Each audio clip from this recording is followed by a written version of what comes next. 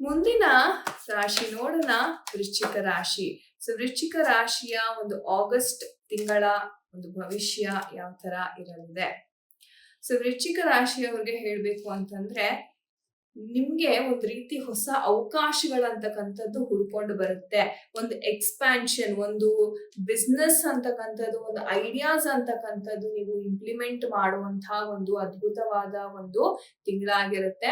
And ನಿಮಗೆ ಹೇಳ್ಬೇಕು ಅಂತಾನೆ ಹಣಕಾಸಿನ ಒಂದು ಸುರಿಮಳೆ ಅಂತ ಹೇಳ್ಬೋದು. ಅಂದ್ರೆ ನೀವು ಇನ್ವೆಸ್ಟ್ಮೆಂಟ್ ಎಲ್ಲೆಲ್ಲಿ ಮಾಡಿರ್ತೀರಾ, ಅಥವಾ ನಿಮ್ಗೆ ಅಚಾನಕ್ ಆಗಿ ದುಡ್ಡು ಸಿಗುವಂತಹದ್ದು, ಅಥವಾ ಏನೋ ಒಂದು ಕೆಲ್ಸಕ್ಕೆ ಎಷ್ಟೋ ತಿಂಗಳಿಂದ ವರ್ಷಗಳಿಂದ ಅಪ್ಲೈ ಮಾಡ್ತಿರ್ತೀರಾ, ಅದು ನಿಮ್ಗೆ ಟಕ್ ಅಂತ ಕೆಲ್ಸಗಳಾಗುವಂಥದ್ದು, ಹಣಕಾಸು ಅಂತಕ್ಕಂಥದ್ದು, ಸಡನ್ ಗೇನ್ಸ್ ಅಂತಕ್ಕಂಥದ್ದು ಆಗುವಂತ ಸಾಧ್ಯತೆ ಇದೆ.